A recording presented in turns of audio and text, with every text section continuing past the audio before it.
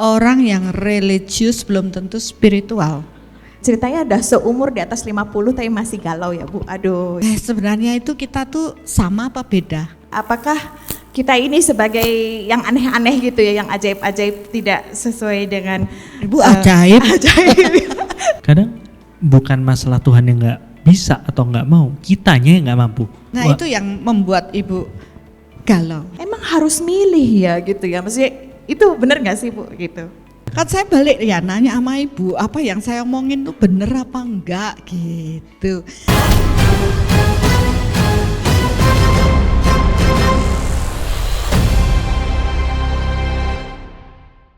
Acara ini dipersembahkan oleh Yayasan Cahaya Cinta Kasih adalah yayasan yang didirikan untuk melakukan kegiatan kemanusiaan, pembentukan karakter dengan dasar cinta kasih yang sederhana dan universal.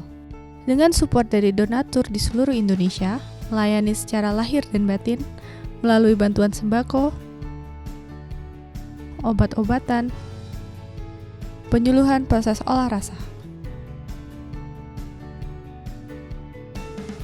Suksemo saking semua donatur ring Yayasan Cahaya Cinta Kasih. Sampun tidak nyaman iki melingi. It's fabulous, wonderful. I really enjoyed the meditation and also learning about karma, learning more deeper about karma and the influence it has on our lives and the things we experience in this life. I'm so grateful. Sangat-sangat powerful sekali ya. Jadi waktu meditasi itu menyembuhkan diri kita sendiri dan menyembuhkan bumi. Dari Fitran mengucapkan terima kasih yang sebanyak-banyaknya atas uluran tangannya berbagi kepada kita. Support kami dengan berdonasi melalui rekening yayasan yang ada di deskripsi. Ya, Bunda, kita sekarang di Surabaya di tempat yang sama. Beberapa saat lalu kita meditasi bareng di sini. Ya, pakai mic jangan lupa. Lupa. Ya, kita berada lagi di Suara Surabaya dan ini kali yang kedua, mungkin Bapak Ibu juga kali kedua juga bertemu dengan saya. Ada yang baru pertama kali kenal Bunda Arsaningsih. Wow, banyak juga. Terima kasih atas kehadirannya. Terima kasih atas kehadirannya. Mudah-mudahan akan memberikan hal yang positif, yang baik untuk Bapak Ibu semuanya. Kami dari tim SUL dan juga Yayasan Cahaya Cinta Kasih hadir kembali di Surabaya untuk acara Bedah Karma. Dan yang kali ini adalah yang keempat setelah di Denpasar. Ya, Denpasar itu di sekitar dengan 500 yang hadir, kemudian di Lombok, di Mataram 300 lebih, kemudian di Badung itu masih Bali. Bukan Bandung, beda. Bukan Badung itu masih di Bali, itu ada 1.000 lebih yang hadir. Ya, jadi kurang lebih sudah 2.000 orang mengikuti secara offline untuk acara ini dan kali ini Surabaya, wow, full. Terima kasih. Ya, dari panitia tadi sudah bisik-bisik ke saya 620 sekian ya, hampir, wow, banyak sekali. Iya, dan kayak semangatnya teman-teman juga, semangatnya Bapak Ibu berasa banget sampai di sini rasanya panas banget ya. Apa gara-gara tadi joget ya? Bisa jadi ya Bud ya. Tapi semangatnya juga seru banget dan terima kasih sambutannya, dan kita akan lakukan proses yang mungkin agak asing bagi beberapa teman tentang proses bedah karma. Karena tadi waktu press conference ada yang nanya juga ya, karma tuh kok bisa dibedah-bedah? Emang bisa karma itu dibedah? Maka kita tanyakan langsung ke Bunda Arsaningsih daripada saya yang jawab. Silakan Bunda. Oh iya, oke. Ya, mungkin banyak orang yang bertanya dalam hati, kenapa sih karma kok dibedah-bedah atau bedah karma? Kami mengambil tema bedah karma, karena sesungguhnya kita melihat dalam proses kehidupan sehari-hari, ya, karena kita lebih fokus pada bagaimana memperbaiki kualitas diri kita, hidup kita saat ini, supaya tentu ingin lebih sehat ya Bapak Ibu ya, hubungannya lebih harmonis, kemakmurannya lebih bagus, dan terutama yang intinya proses terhubung dengan Tuhannya lebih kuat lagi. Ya, itu tujuan hidup kita. Tapi di sini seringkali kehidupan yang kita hadapi mengecewakan. Ya, tidak sesuai ekspektasi kita. Kita ingin yang baik-baik saja. Nah, dari mana sih proses kita mendapat hal buruk ini? Oke lah, banyak orang mengatakan ini kan memang dari hukum tabur tuai. Ya, apa yang ditanam itu yang akan dituai, atau hukum karma orang bilang. Nah, dari proses ini karma itu sebenarnya adalah suatu hasil dari perbuatan. Jadi ada karma baik dan karma buruk. Nah, hidup kita saat ini adalah bagian menuai karma. Menuai hal yang selama ini kita masih bingung, dari mana sih? Saya sudah berbuat baik loh, tapi kok saya hidupnya masih buruk. Ya, saya sudah berbagi loh, kok saya masih susah hidupnya. Saya sudah nolongin banyak orang loh, kok saya masih sakit terus. Nah, itu banyak sekali pertanyaan seperti itu. Jadi kami dari Soul, saya berbagi metode Soul Matter Measurement Technique of Radiation, yaitu mengukur radiasi yang ada di alam ini. Sebenarnya Tuhan menciptakan semua makhluk ciptaan itu dengan tubuh energi. Ya, tapi istimewanya manusia mempunyai 2 tubuh, yaitu tubuh fisik dan tubuh energi. Jadi yang nampak dan tidak nampak. Nah, proses inilah dengan ranah energi saya ingin memperkenalkan, ya istilahnya banyak yang belum paham kalau dia punya 2 tubuh. Nah, proses apa yang dibawa dan menjadi takdir semua karma itu terekam tidak cuma di tubuh fisik, tapi juga di tubuh energi Bapak Ibu. Nah, tubuh energi inilah yang harus kita kenali. Tak kenal maka tak sayang. Dari radiasi-radiasi energi yang tersimpan di tubuh energi ini, kita bisa mengenal diri kita lebih dalam. Benih-benih karma apa sih yang tersimpan dalam tubuh kita. Dan apabila Bapak Ibu mau memperluas realita, tidak hanya orientasi pada tubuh fisik, tapi mau memperluas kesadarannya sampai tubuh energi, mengenal diri lebih dalam sampai ke ranah energi, maka kita akan tahu, ya orang Jawa bilang weruh sadurunge winarah.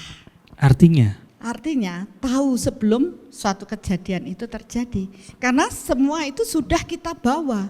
Inilah mengenal kitab teles, kitab basah di dalam diri kita. Bukan magic gaib segala macam. Bukan, tidak ada yang seperti itu, walaupun energi itu dibilang gaib karena tidak nampak. Tapi sejatinya energi ini bisa dirasakan oleh banyak orang.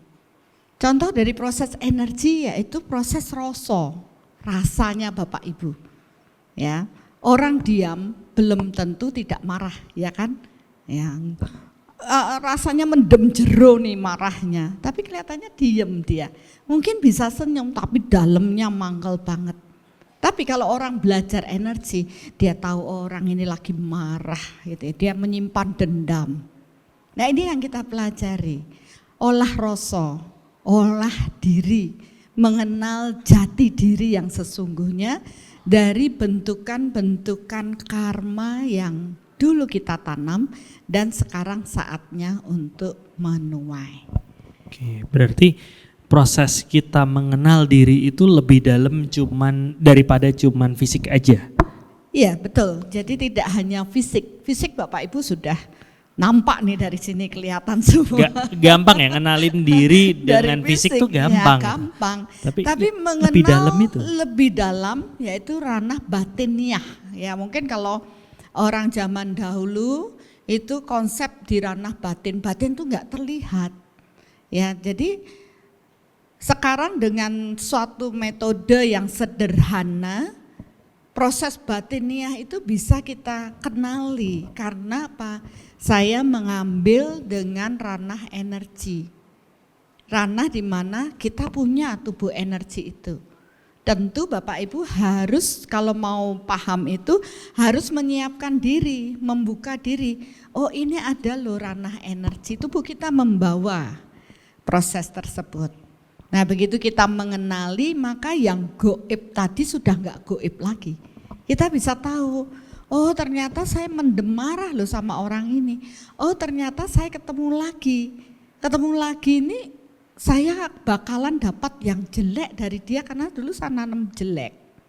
Ya jadi inilah yang kita bedah, enggak pakai pisau bedah dok. Nggak pakai pisau bedah, nggak Nggak pakai obat bius, nggak ditidurin.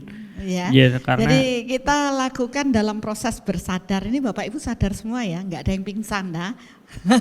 Jadi kita sadar, yang saya bedah adalah energinya yang Bapak Ibu bawa. Jadi tidak pakai hipno, gendam atau ilmu yang lain-lain tidak. Tapi mengukur radiasi energi. Contoh radiasi energi, kira-kira apa ya? Bapak Ibu pernah lihat orang jutek, terus kita ngomong dalam hati, wah ini orangnya kok judes amat ya. Padahal nggak ngerti, dia nggak ngomong kan. Kita hanya lewat aja, wih orang ini sombong banget. Padahal dia nggak ada soal gimana sombong, tapi rasanya ini orang kok nggak enak banget yo. Gitu. Pernah ya Bapak Ibu ya? Nah, terus pernah nggak lihat jatuh cinta pada pandangan pertama? Wah, kalau ini kan jeduk gitu. Kalau jatuh cinta pada pandangan pertama sih nggak apa-apa Bunda. Pernah dengar benci, dendam, kesumat pada pandangan pertama nggak? Nah itu pernah benci ya itu tadi yang saya ceritain. Benci pada pandangan pertama, baru lihatnya rasanya kok nggak enak. Kenapa kita merasa nggak enak? Karena radiasinya sudah terpancar. Ya kemana-mana kita bawa pola energi tubuh kita tuh kemana-mana. Ya jadi kalau kita pingin kualitas hidup baik, maka pola energi yang buruk di dalam tubuh kita tuh harus kita rubah. Di sini banyak orang mengajak untuk afirmasi positif. Yeah. Untuk apa? Berubah. Dia bilang, oh harus bilang terus, diulang-ulang, kaya.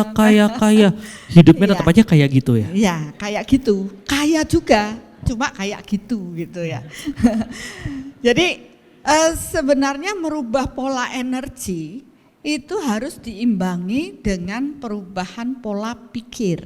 Karena baru pikiran. Energinya akan berubah. Karena energi ngikutin pikiran. Karena energi mengikuti pikiran. Jadi kalau kita paham itu, kita akan bisa mengatakan, oh benar ya kenapa di kitab suci dikatakan untuk selalu berpikir yang positif, berkata yang positif, berbuat yang positif. Karena itu yang akan membuat tuayan kita baik. Tapi kalau kita sudah isinya berbohong, ya kemudian sudah menanam hal yang buruk pada orang lain, pasti tuayannya juga buruk. Ya selama ini kan kita tidak tahu nih kapan kita nanam, ya kita taunya hidup kita saat ini. Nah tapi secara energi, secara universal dipahami bahwa ternyata tidak hanya saat ini saja, di past life kita sudah menanam dan saat ini kita menerima. Ya kenapa proses past life reinkarnasi tidak dipahami? Jangan salah, sebenarnya itu sudah diberikan di kitab-kitab. Cuma kemampuan manusia menelaah itu enggak sampai dalam. Baru membaca yang tertulis saja.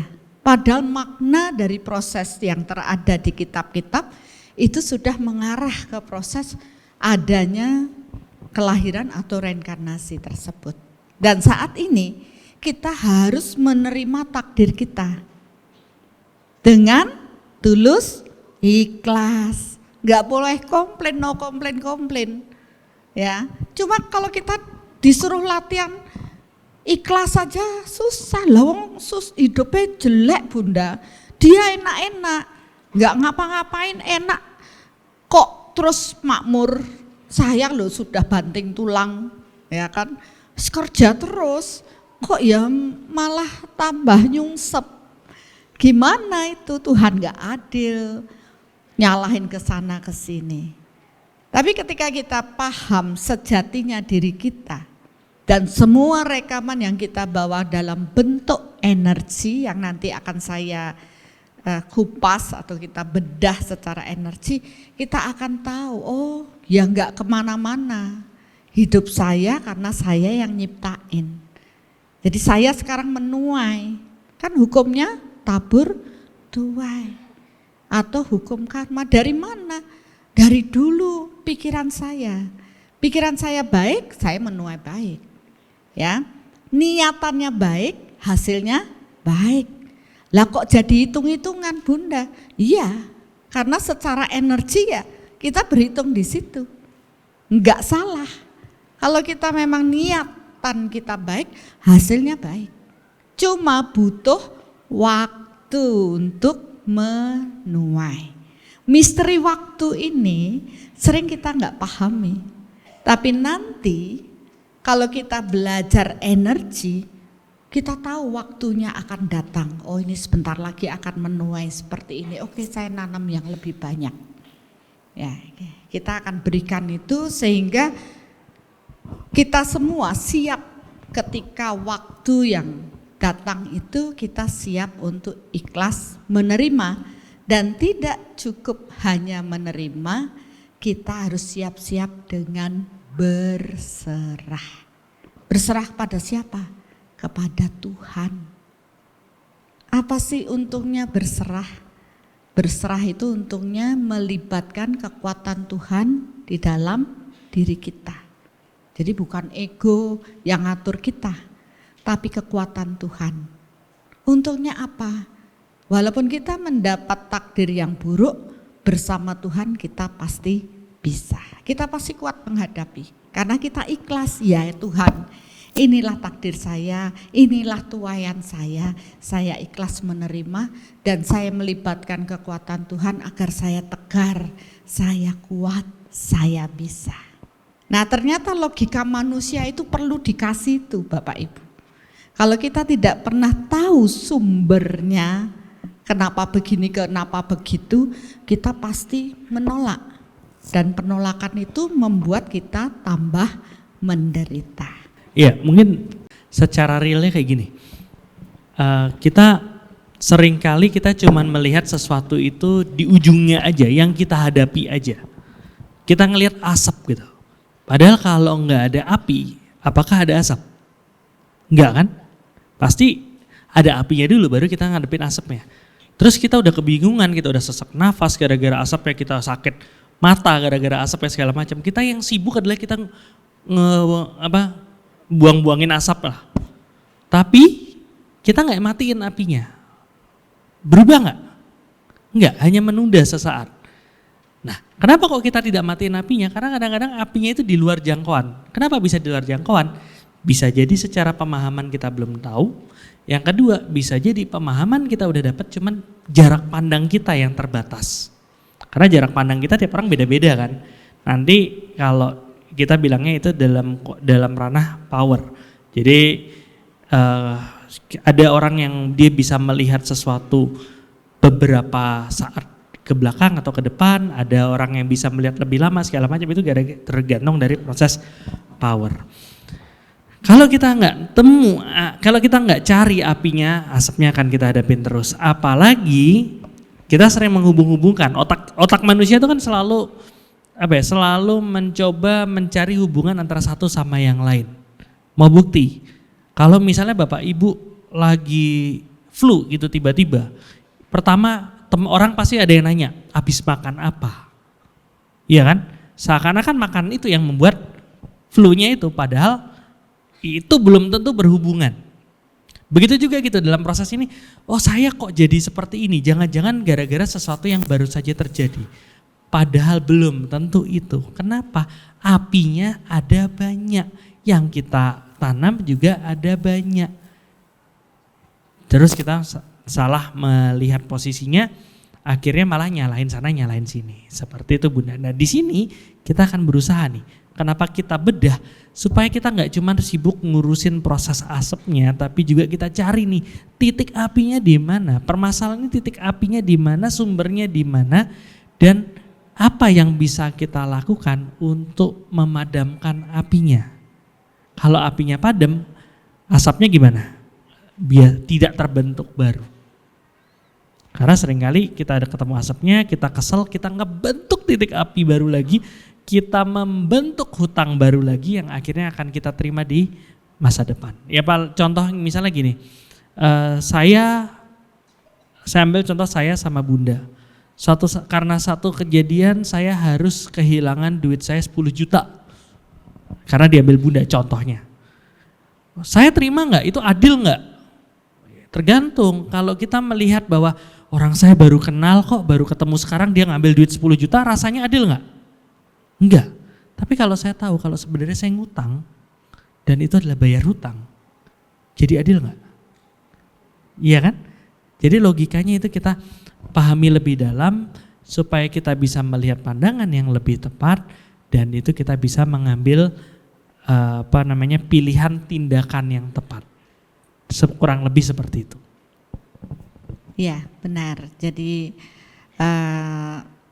apa yang disampaikan Dr. Asto, kalau kita tidak pernah tahu sumber masalahnya, kita cenderung menyalahkan orang lain. Tapi dengan nanti kita bedah karma, ya saya juga minta maaf sebelumnya, enggak semua ya saya bedah karmanya. Kalau ini ada 650 nanti berapa hari kita? 1 tahun, 6 lebih 2 tahun kalau sehari 1 kan gitu. Tapi kita ambil secara random nanti untuk apa? Sebagai contoh. Karena enggak kemana-mana ya, cuma gitu-gitu aja. Hukumnya kan seperti itu. Kita ambil contoh dan satu orang bisa menjadi pelajaran buat semuanya. Uniknya kalau kita ngelihat di yang sebelum-sebelumnya, ini kan kita nggak membuat satu tema kan. Sekarang bedah karma urusan duit gitu contohnya. Kan kita nggak bikin tema.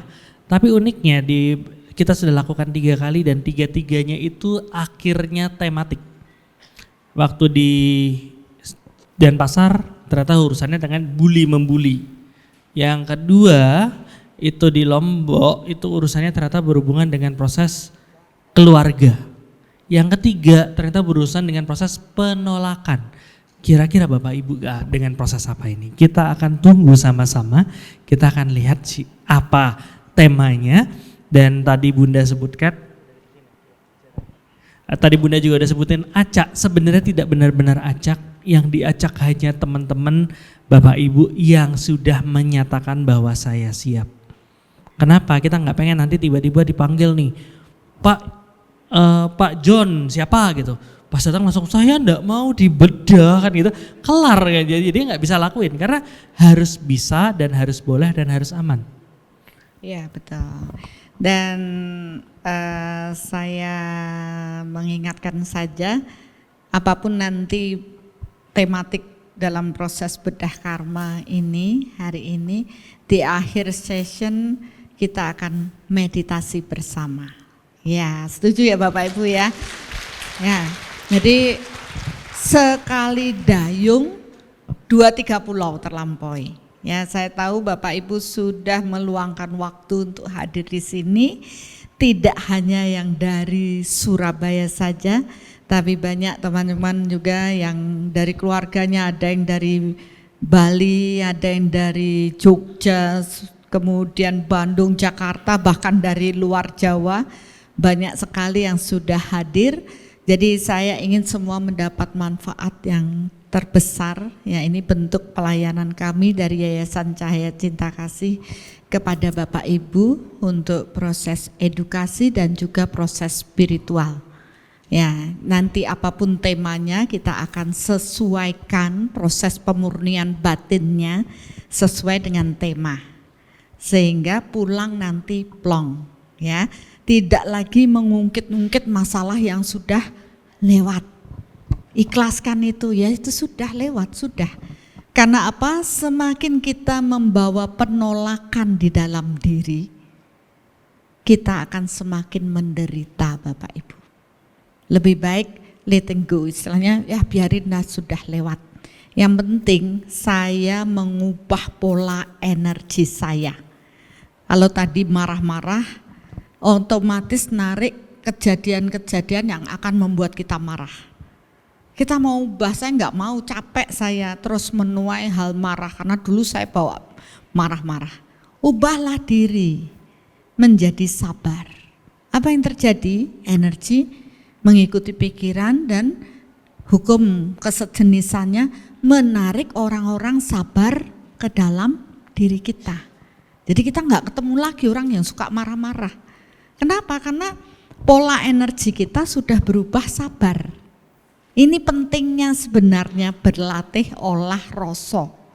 Ya, penumpukan dari psikis marah atau apapun itu akan menarik yang sejenis datang. Ya kan tabur tuai, kita menanam di dalam diri, menuai yang masuk ke dalam diri. Yang negatif, negatif masuk. Tapi begitu kita dipenuhi dengan sukacita, kita merasa dicintai, maka polanya orang-orang yang mencintai datang. Kemarin itu menolak, termasuk menolak jodoh. Ya, ternyata dia punya trauma, takut, sehingga dia pikir saya nggak mau. Orang-orang tidak mencintai saya, benar. Jodohnya susah karena dia ngeblok orang-orang tidak mencintai saya. Begitu kita ubah polanya, energinya, saya dicintai banyak orang. Maka orang-orang yang mencintai dia akan datang. Ya, Bapak Ibu mau nggak berubah pola energi dalam diri? Mau. Jadi usahakan untuk selaras apa yang kita pikirkan dan selaras dengan pola energi tubuh kita, ya, supaya kan kita kemana-mana tuh peta energi atau aura kita kan kita bawa kemana-mana nih, nggak bisa kita tinggal. Kamu di rumah aja ya energiku, aku tak jalan-jalan, nggak bisa. Dia ngintilin kita kemana-mana. Nah ini banyak orang bilang, oh itu sedulur papate saya melu ngintili. Padahal itu energinya dia sendiri yang ikut kemana-mana. Ya, kalau kita jaga ini baik, maka yang datang yang baik-baik saja. Ini akan menjadi seleksi alam.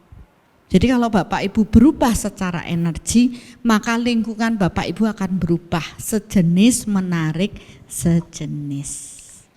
Tapi bukan berarti nanti energi saya berubah, saya ganti anak atau ganti istri, ganti suami. Tidak ya Bapak Ibu ya. Ya, sampai sini sudah pada paham, kita akan mulai melakukan proses bedah karmanya.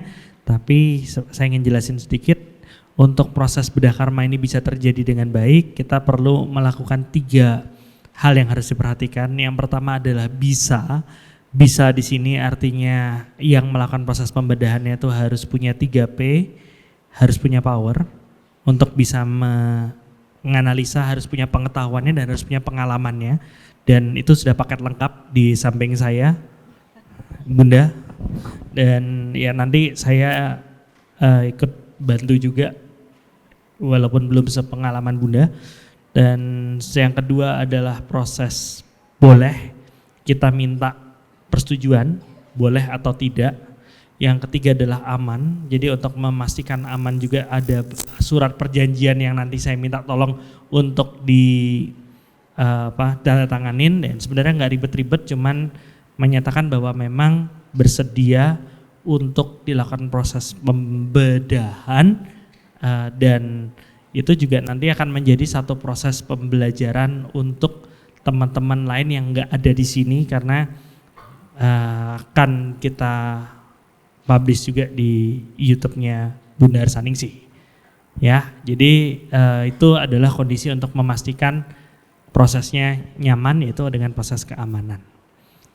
sebelum tanda tangan nanti masih ada kesempatan kalau misalnya ngerasa bahwa oh saya nggak mau deh, masih boleh ya. Tapi kalau udah tanda tangan ya kita lanjut. Kira-kira Bunda sudah siap? Apakah Aga sudah siap untuk dicari siapa pasien pertama? Ya, Bapak Ibu udah siap belum? Siap ya? Oke, baik. Sesuai yang tadi saya jelaskan bahwa saya akan melakukan undian yang pertama nih. Udah mulai deg-degan nih kayaknya nih ya. Oke, boleh dibawa fishbowl-nya? Oke, sebelah sini.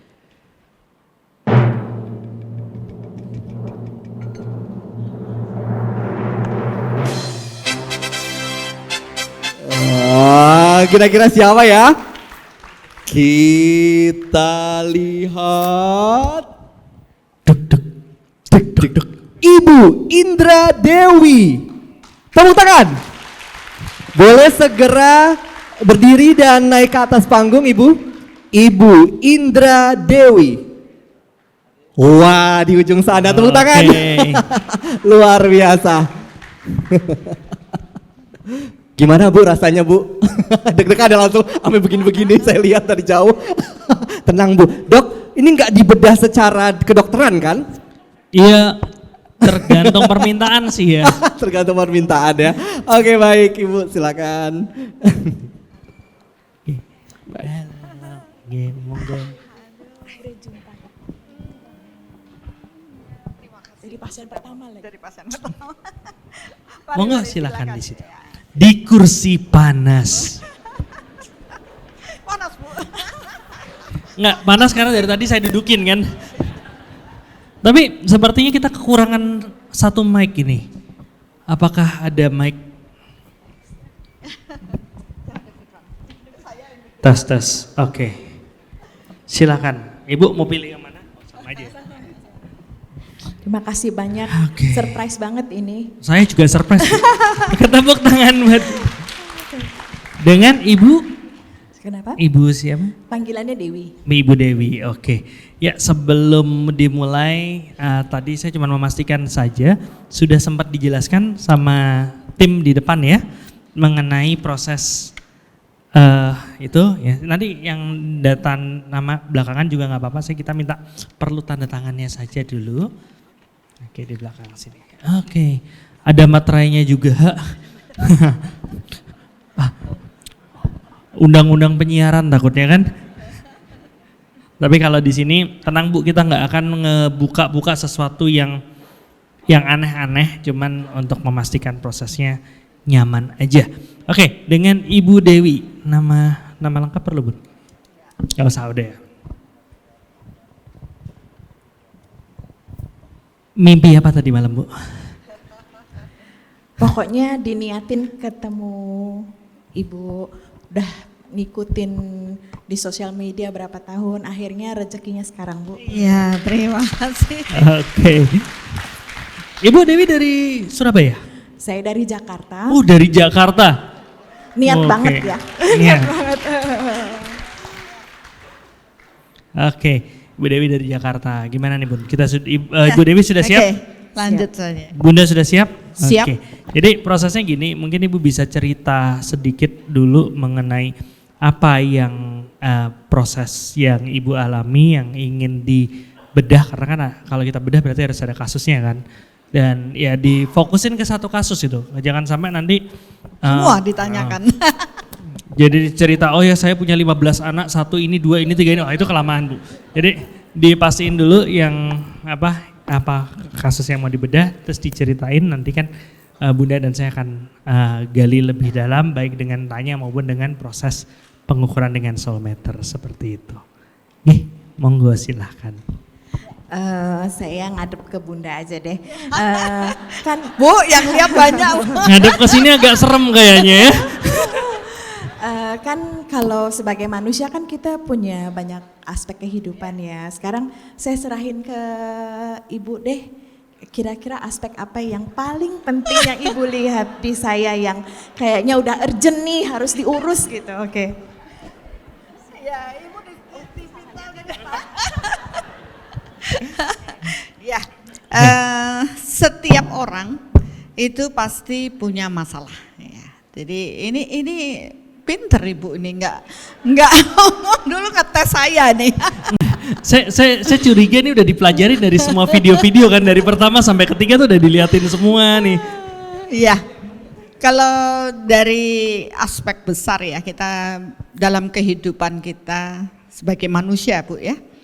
Jadi kita punya masalah itu cenderungnya ada di kesehatan ya. Karena banyak sakit kita juga susah. Kemudian hubungan ketika tidak harmonis itu juga masalah. Terus kemakmuran Bu, enggak punya duit juga susah ya Bapak Ibu ya. Iya. Dan spiritual. Ya, dari proses diri ibu ini permasalahan. Jadi kita punya proses pengukuran dengan energi range 0 sampai 10. Masalah selama proses hidup ibu di kesehatan, ya ini hanya 3 poin, hubungan 6 poin, kemudian kemakmuran, ya hanya 2 ke 3, spiritual 7. Ya. Jadi kalau ditanya masalahnya dalam proses hidup saat ini, ibu lebih banyak menghadapi di proses spiritual. Ya, yang kedua hubungan. Itu ya. Tapi Yang kedua itu hubungan. Tadi pertanyaannya yang paling, jadi jawabannya spiritual. Tapi ini semua berhubungan gitu. Hasil pengukurannya sama. Tadi saya juga ngukur sama. Karena apa? Karena sama. Ya tekniknya kan sama gitu ya. Iya. Jadi tadi kan kita juga sama mengukur. Saya rasa juga teman-teman yang sudah belajar soulmeter pasti dapatnya sama ya. Benar ya? Nah, karena yang di situ juga sama gitu. Kenapa itu bisa sama?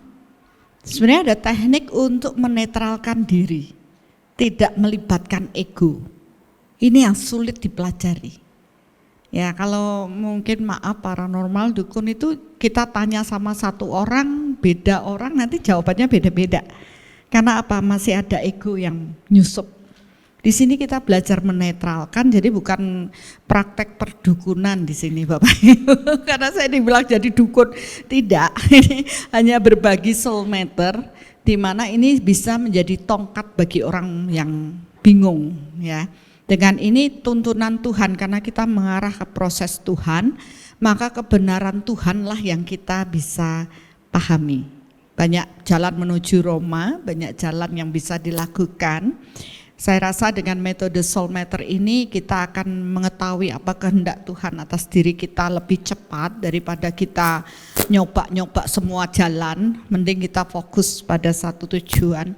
Dan saya rasa hidup ibu memang yang terpenting pada kehidupan saat ini itu adalah proses spiritualnya.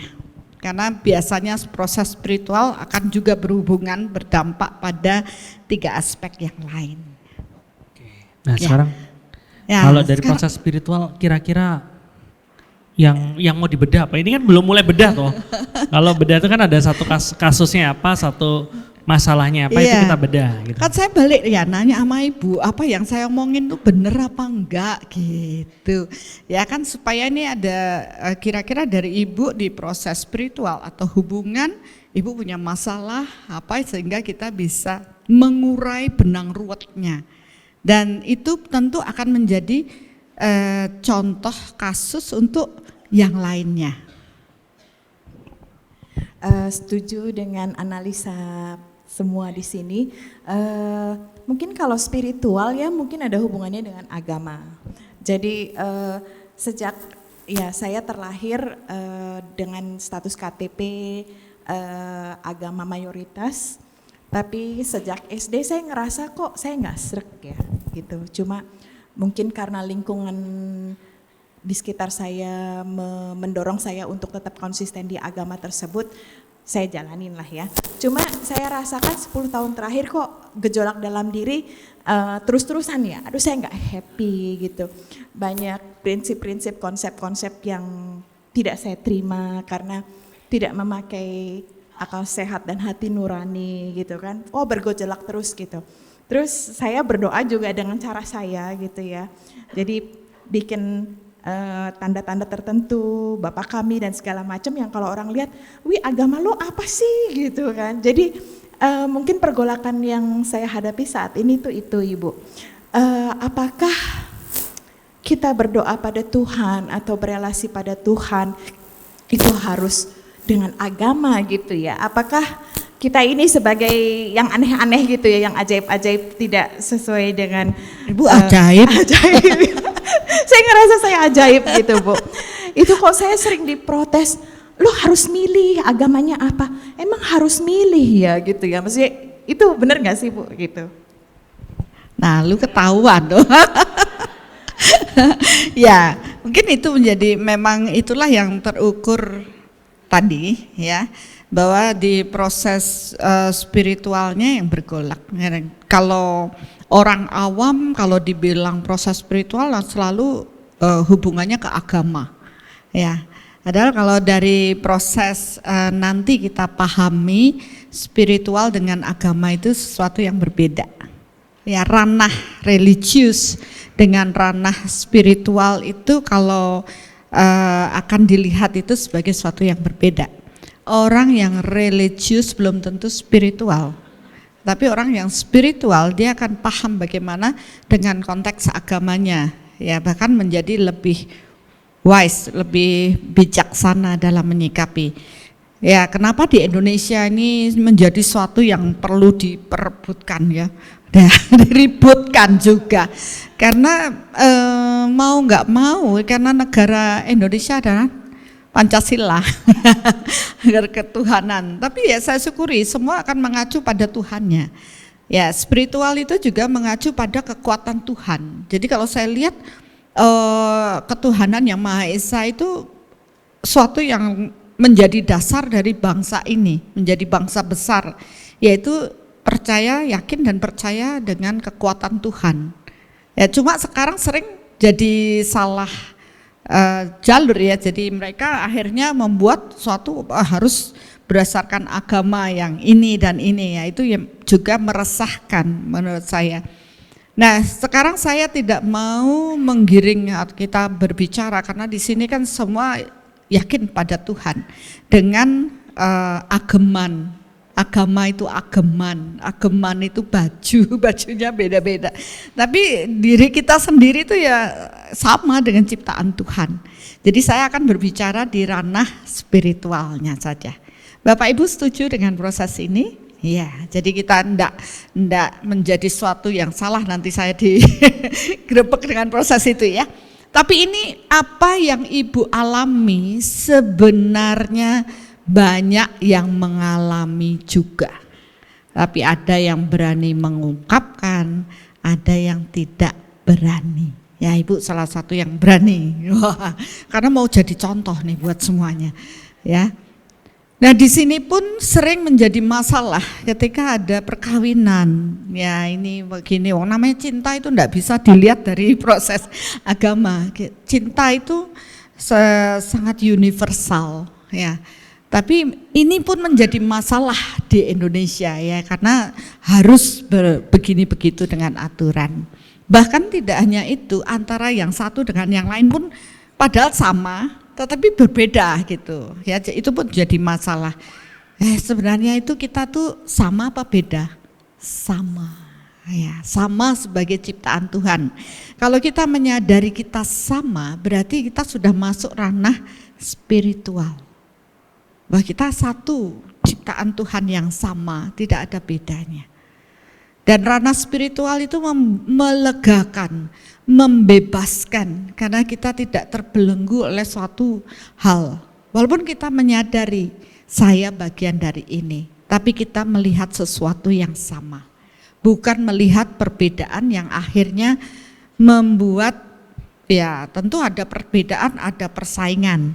Ada perbedaan, ada yang jelek, ada yang buruk. Tapi ketika kita melihat yang sama, kita tenang, ini mendamaikan. Oleh karena itu saya mengusung proses soul ini ke ranah spiritual yang mendamaikan semua orang ya dari agama apapun. Karena sejatinya Semua pembelajarannya itu sudah ada di semua agama. Cuma yang beda, kita masuk di ranah energi, kita tahu how-nya. Mengapa, bagaimana, itu terjawab semua secara energi. Sehingga kita tidak lagi mempertentangkan satu sama lain. Bahwa sejatinya kita itu satu. Ada jiwa, ada percikan cahaya Tuhan yang dipercikkan Tuhan dan mempunyai kesadaran dengan jiwa, kemudian tereinkarnasi dengan akal budi dan kehendak bebas, terpeta dalam rekaman jiwa, dan ketika meninggal bereinkarnasi lagi untuk menyelesaikan misi jiwa. Kenapa kita lahir lagi, Bu? Nah, ajaib kan? Ya, karena kita harus ketemu kali, Bu ya. Ini adalah suatu proses hukum sejenis menarik sejenis. Untuk apa? Menyelesaikan misi jiwa. Untuk apa? Secitra dengan Tuhan. Ya, proses meninggal kita secitra dengan Tuhan. Nanti orang akan mengatakan manunggaling kaula Gusti, menyatunya kembali antara kesadaran manusia yang tinggi dengan kesadaran Tuhannya. Mungkin orang bilang moksa lah, tidak lahir kembali lah, karena misi jiwanya selesai. Ya, jadi dari proses ini pun kita melihat kebingungan-kebingungan orang itu karena belum dapat jawaban. Untuk apa sih saya lahir, saya hidup? Ngapain saya harus ketemu orang ini, lu lagi jengkelin kan gitu. Kok saya harus berhadapan dengan ini? Makanya di hubungan Ibu berbenturan. Karena itu hubungan kita begini begitu ini kan proses menuai. Asapnya banyak, Bun. Asapnya banyak. Sampai sesak nafas. Begitu ada kesadaran, oh iya, ini saya pasti kita pernah bertemu, pasti ada hutang. Ya, hutang cinta yang harus kita selesaikan. Nanti kalau dibilang hutang karma takut. Ya, padahal itu ya hutang yang harus kita selesaikan. Ya, saya punya hutang, oh saya harus bayar. Ditagih oleh siapa? Alam ini yang memetakannya. Nah, kegalauan ini kan perlu diisi, Bu. Untuk apa? Membuat Ibu tenang. Kan sejatinya Ibu enggak kurang apa? Ya, Ibu udah jalani boleh. Tetapi kan kalau dalam proses ada masih hampa di dalam. Hampa terasa diriku tanpa Tuhan. Ya, jadi siapa yang bisa? Hanya kekuatan Tuhan yang menggenapi diri kita. Begitu ada kekuatan Tuhan di dalam, Ibu akan semeleh. Tidak lagi ngoyo ke sana, kejar sana ke sini. Ya, saya baru paham dengan makna semeleh lebih dalam. Itu ketika tidak ada lagi tuntutan harus begini, ada perasaan penuh di dalam diri dan rasa syukur. Ya, kalau Ibu pantas Ibu merasa saya harus di A, tapi kenapa saya kok enggak srek ya? Ya, karena ini di satu kehidupan dulu kalau kita lihat kita itu dulu ya kelahiran past life itu pernah beragama ABCDE. Benar enggak? Benar. Dan rekaman di masa lalu membentuk diri kita saat ini. Ya, banyak orang cerita sama saya tuh Hindu Bunda, tapi begitu dengar suara azan, aduh saya rasanya luluh. Kenapa? Oh dulu kamu pernah beragama itu. Sehingga kesadaran itu masih terekam. Ya, begitu juga, oh saya pernah loh Bunda, saya tuh merasa gimana sekali datang ke tempat itu, saya bersyukur sekali, entah gimana rasanya. Ya seperti saya melakukan perjalanan-perjalanan itu adalah untuk merasa kembali rasa yang dulu pernah ada. Saya pergi ke sini, oh rekaman jiwa saya ada di situ, pantes saya kalau ngomong seperti ini karena itu sudah ada. Nah itu yang membuat Ibu galau gitu. Itu yang saya dapatkan. Cuma kan sekarang tetap kebebasan pada diri kita, berarti kalau kita beragama itu saat ini ada PR di sana yang perlu kita pelajari. Dan kalaupun nanti berpindah agama ya, kamu kan ini wah saya ini begini. Kita sadari, oh ya memang jalan hidup saya begitu, oh ternyata di past life sudah begini, sekarang saya ini. Jadi itu akan membuat kita damai. Kalau tidak itu kita akan terus ketakutan. Karena kita tidak pahami bahwa sesungguhnya kita itu mencari Tuhan dalam proses hidup. Ya, kalau saya lihat dari proses ini berhubungan, yang apa yang saya bedah dari Ibu adalah cahaya jiwa. Wow, cahaya jiwa. Ya. Itu apa itu, Bun? Cahaya jiwa itu berhubungan dengan, kita harus pahami dengan percikan cahaya Tuhan. Ya, itu cahaya Tuhan di dalam, ya. Kemudian kita lahir sebagai manusia ataupun makhluk lain ciptaan Tuhan. Kemudian punya akal budi kehendak bebas, itu yang membentuk proses karma, ya. Kemudian rekaman pada cahaya tersebut menjadi jiwa. Rekaman jiwa ini yang terus lahir-lahir dengan semua rekaman pada kelahiran-kelahiran. Cahaya jiwa seseorang ya pada saat dia berhubungan dengan yang di kitab dikatakan secitra dengan Tuhan. Itu adalah jiwa yang mempunyai kapasitas cahaya Tuhan di dalam dirinya itu besar. Dia sudah secitra dengan Tuhan, tapi bukan sebagai Tuhan. Karena percikan cahaya Tuhan yang penuh di dalam dirinya. Nah, ketika cahaya jiwa ini, cahaya Tuhan penuh di dalam diri, maka pada saat itulah kesadaran itu juga akan menguat. Kesadaran kita bertumbuh lebih baik, Bu. Ya, dan kita akan bisa menyadari kehadiran Tuhan di dalam diri, menggenapi diri kita. Rasanya gimana? Damai. Yaitu semeleh. Nah, ada lagi tuntutan ini itu, oh iya sudah lihat orang begini begitu, ya memang harus begitu. Dia mempunyai cinta kasih yang luar biasa. Ya, ketulusan, keberserahan kepada Tuhannya di situ. Nah, saya lihat cahaya jiwa Ibu juga cukup bagus, 1, 2, 3, 4, 5, 6, 7, 8, ya. Itu sudah baik. Dan pencapaian ini enggak mudah loh, kalau tidak diimbangi dengan proses perjalanan panjang jiwa dari reinkarnasi sebelumnya. Ini berarti ya bukan cuman urusan dari lahir sampai sekarang aja. Sebelumnya sudah bertumbuh terus. Sudah bertumbuh. Bahkan saya kalau saya telusuri lagi di past life, saya sudah bertemu dengan Ibu. Jumpa lagi. Ya, Reuni.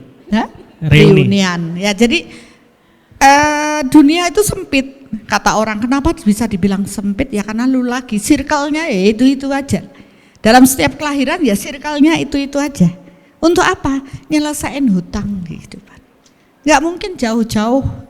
Ya, kalaupun jauh ketarik lagi pada satu titik yang sama, circle-nya itu lagi.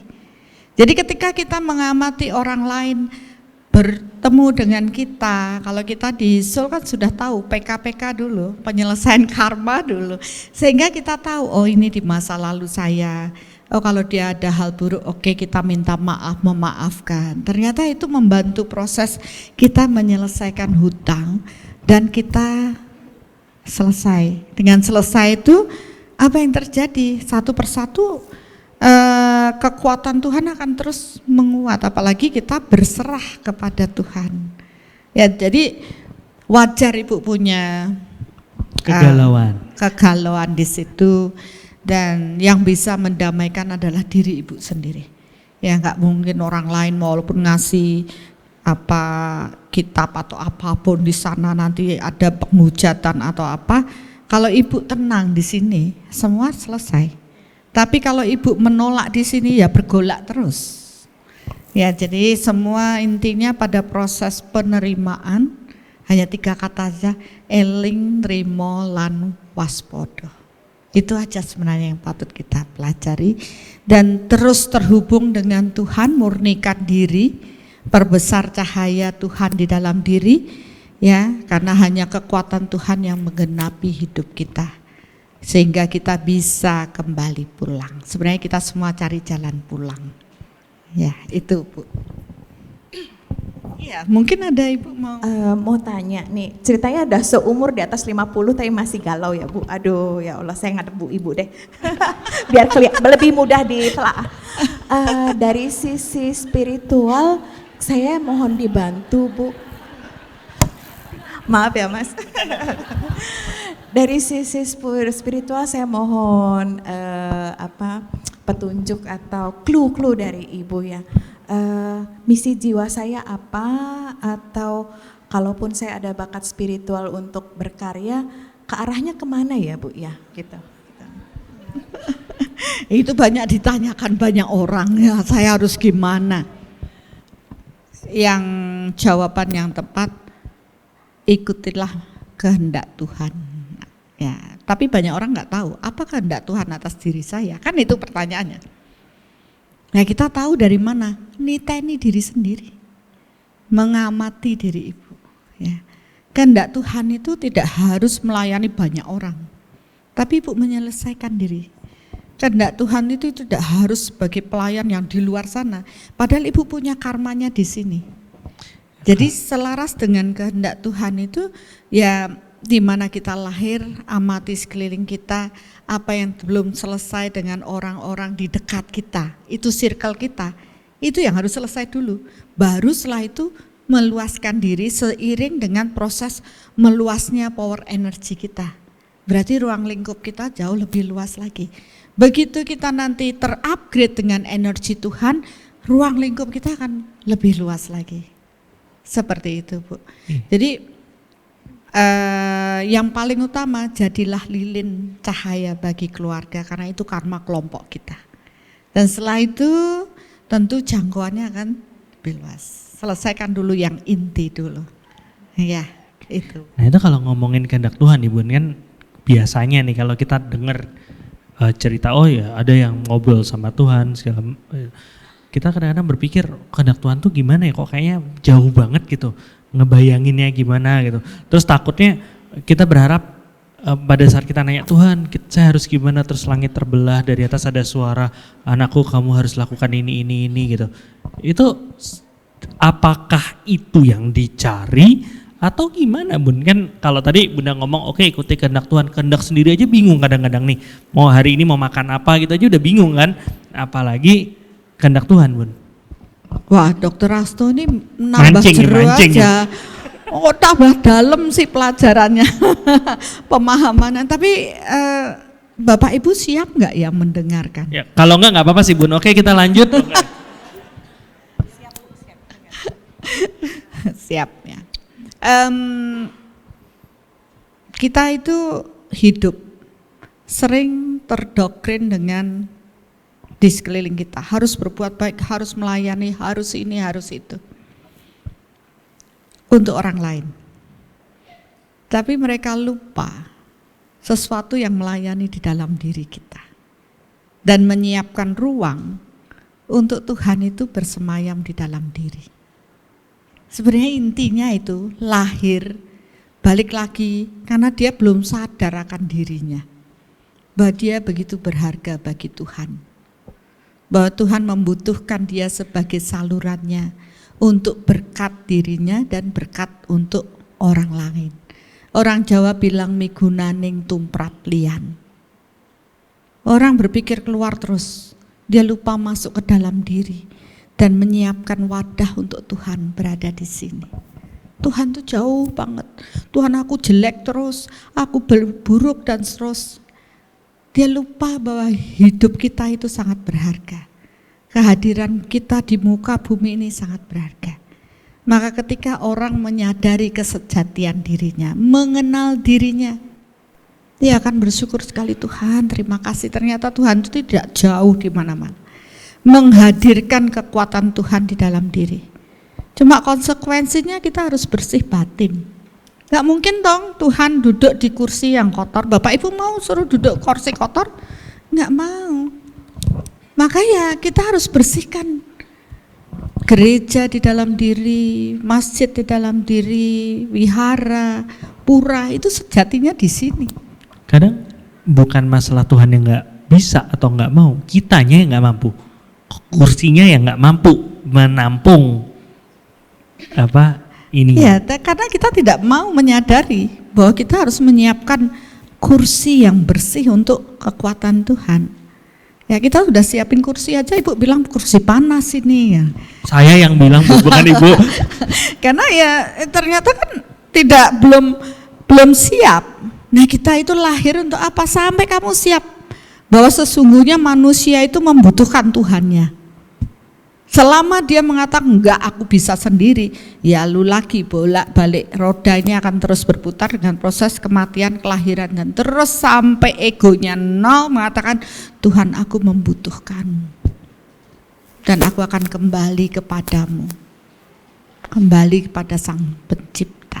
Itu kalau belum ya akan terus dibuat sampai gitu. Seringkali kesadaran itu muncul katakanlah sudah di saat yang jelek banget. Kalau nggak digituin masalahnya nggak sadar-sadar, Bu. Ya kan? Nggak nunggu di situ. Nah, kalau soul ini kan membangun kesadarannya bertumbuh karena dia tahu sejatinya dirinya siapa. Apa yang dia tanam, apa yang dia tuai, dia paham. Dia menggunakan soul meter untuk mengamati dirinya. Enggak sibuk ngurusi orang di luar sana, karena PR kita di sini, kitab teles kita, kitab basah yang kita bawa ini harus selesai. Ya, harus terhubung dengan Tuhannya. Dan saya rasa jiwa-jiwa Bapak Ibu yang hadir di sini adalah jiwa yang luar biasa. Karena ketarik, hukumnya kan sejenis menarik sejenis. Kalau Bapak Ibu tidak berada dalam proses spiritual pencarian menuju Tuhan, Bapak Ibu tidak akan berada di sini.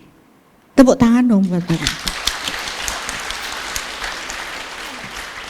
Ya, apapun agama Bapak Ibu, semuanya dalam proses mencari ketenangan di dalam diri.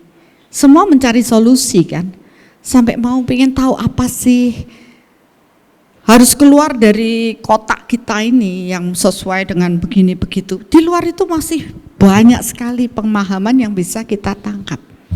Apalagi ranah energi tadi. Ya, jadi saya bersyukur saya juga hari ini disuruh lebih dalam dengan Ibu hadir ini. Saya bisa menyampaikan bahwa sesungguhnya Tuhan mencintai Bapak Ibu semuanya.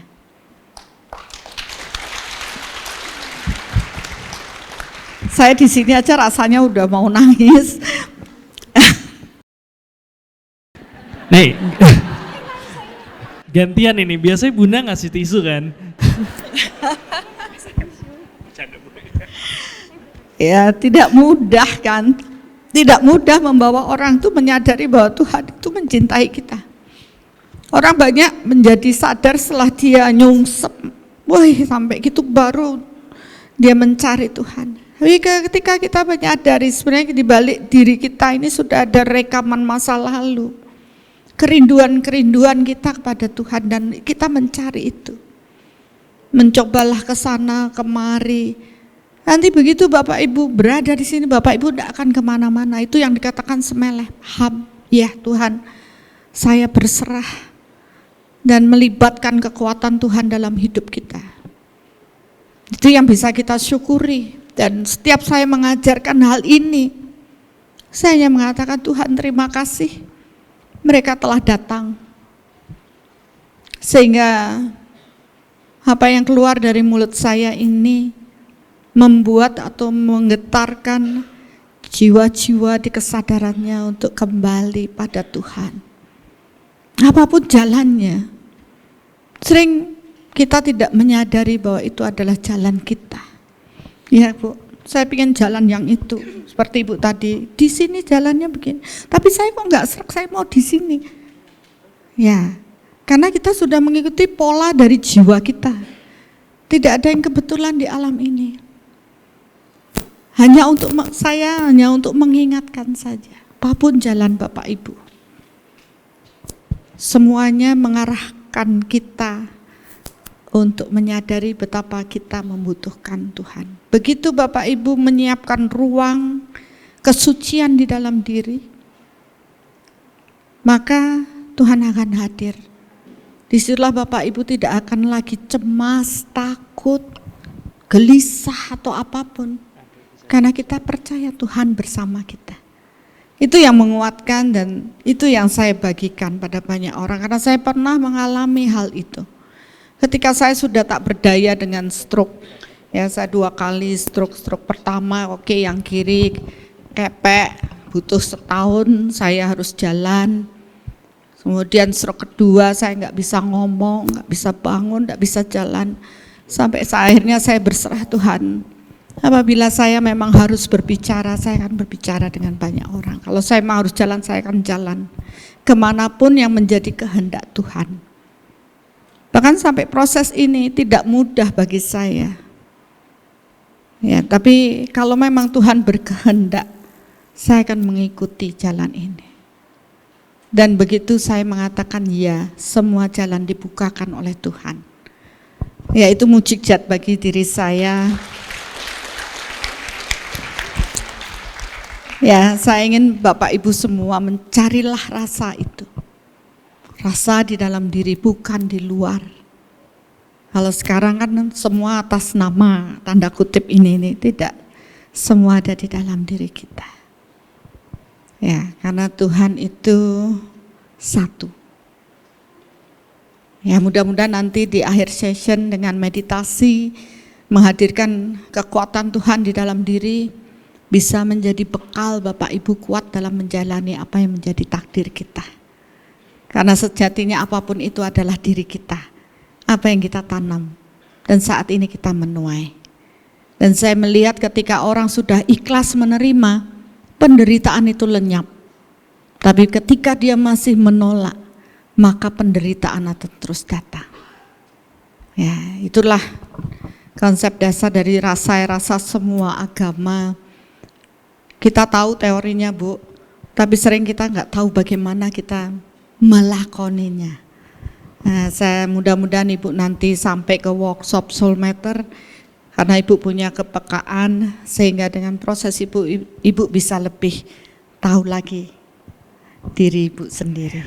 Terima kasih.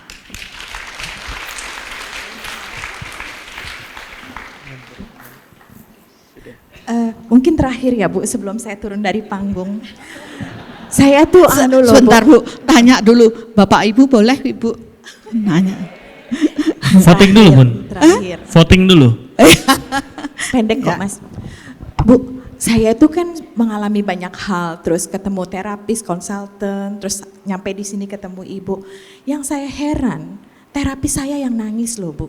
Sayanya nggak nangis, saya bebel aja. Aduh, itu kadang-kadang mikir gini, segitu kerasnya hati saya apa gimana ya, kok yang ngobatin saya yang nangis, ibu yang ngasih nasihat ke saya ibu yang nangis, sayanya diam aja Bu. Itu aja pertanyaan terakhir. Iya, sebenarnya saya menangis bukan karena nerapi Ibu. Ya, saya kan tidak menterapi Ibu, tapi saya berhadapan dengan Bapak Ibu semua. Ketika saya mengarah pada meningkatkan ini kan ini berhubungan dengan hukum energi ya. Hukum energi itu mengalir dari tingkat tinggi ke tingkat rendah. Ya.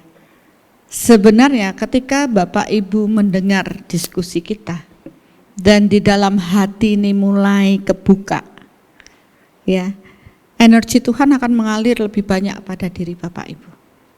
Ketika energi Tuhan mengalir lebih banyak karena ada proses kesadaran. Ada penerimaan, ada penerimaan, kesadaran. Jadi kayak ada ngalir. Kesadaran. Tadinya keblok gitu kan, terus Iya. mulai ada yang ngalir ya, terus. Maka ini mengalir. Maka setiap kehadiran energi Tuhan itu akan membuat rasa haru. Bapak Ibu pernah rasa haru yang kita nggak bisa mengungkapkan dengan kata-kata, karena Tuhan tidak bisa dilukiskan dengan banyak lukisan, banyak kata-kata, hanya rasa. Maka energi itulah yang membuat saya haru. Saya bersyukur jiwa-jiwa Bapak Ibu itu tersentuh dengan proses ini. Berapa orang mengatakan seperti Ibu, oh saya kok bebel ya Bunda, kok enggak gitu ya. Berarti masih ada tameng di dalam diri yang menutup diri. Begitu dia membuka, energi Tuhan itu sangat lembut dan itu akan menyentuh. gitu. Ya, jadi ada cahaya jiwa ibu sudah bagus. Ya, saya bilang proses ibu memang di sini. Cuma satu aja kelemahannya. Ya, jadi proses itu adalah ketika menutup diri. Karena ibu punya trauma, rasa tidak percaya dengan yang ini.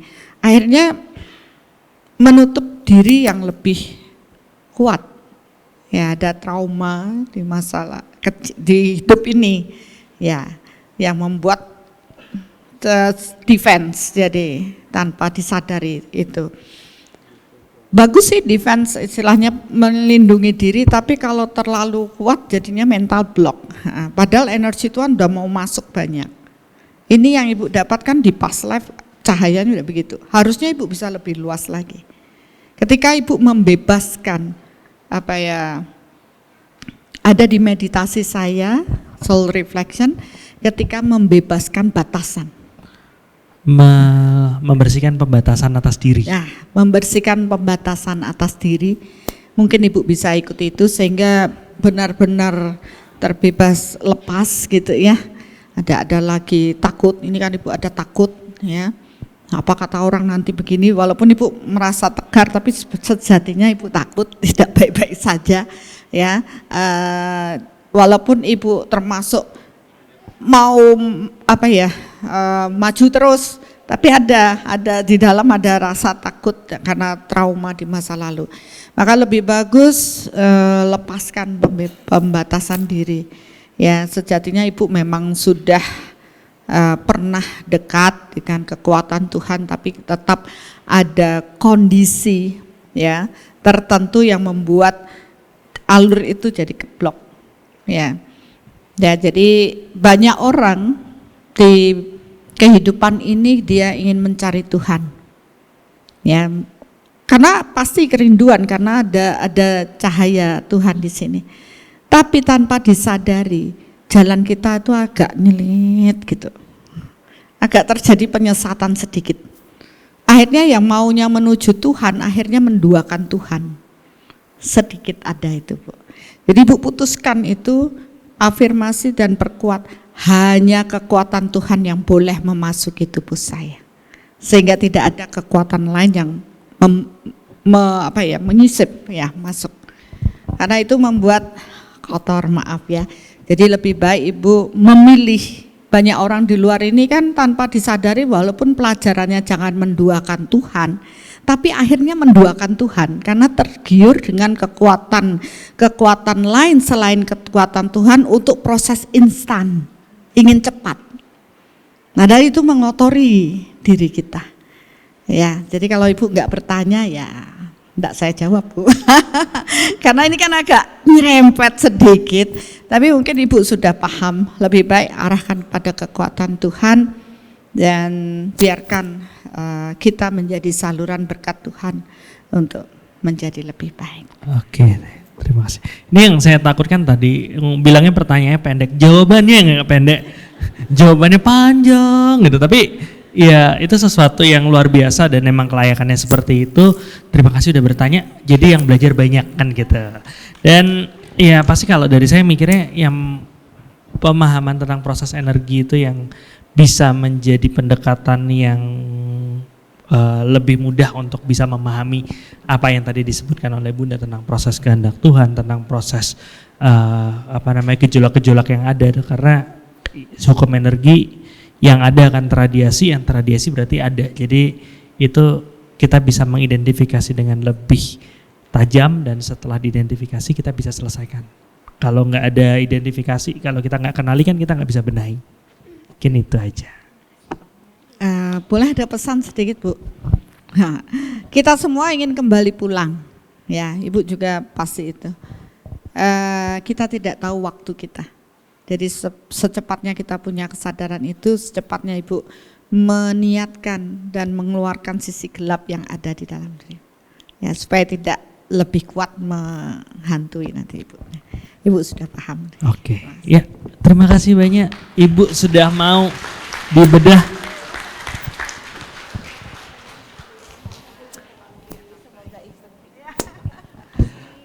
Baik. Tepuk tangan sekali lagi Bapak Ibu untuk Ibu Dewi.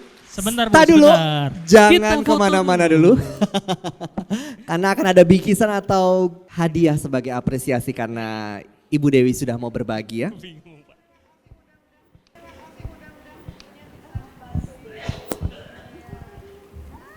Kita foto ya. 1. Dokter Asa juga dong ikutan.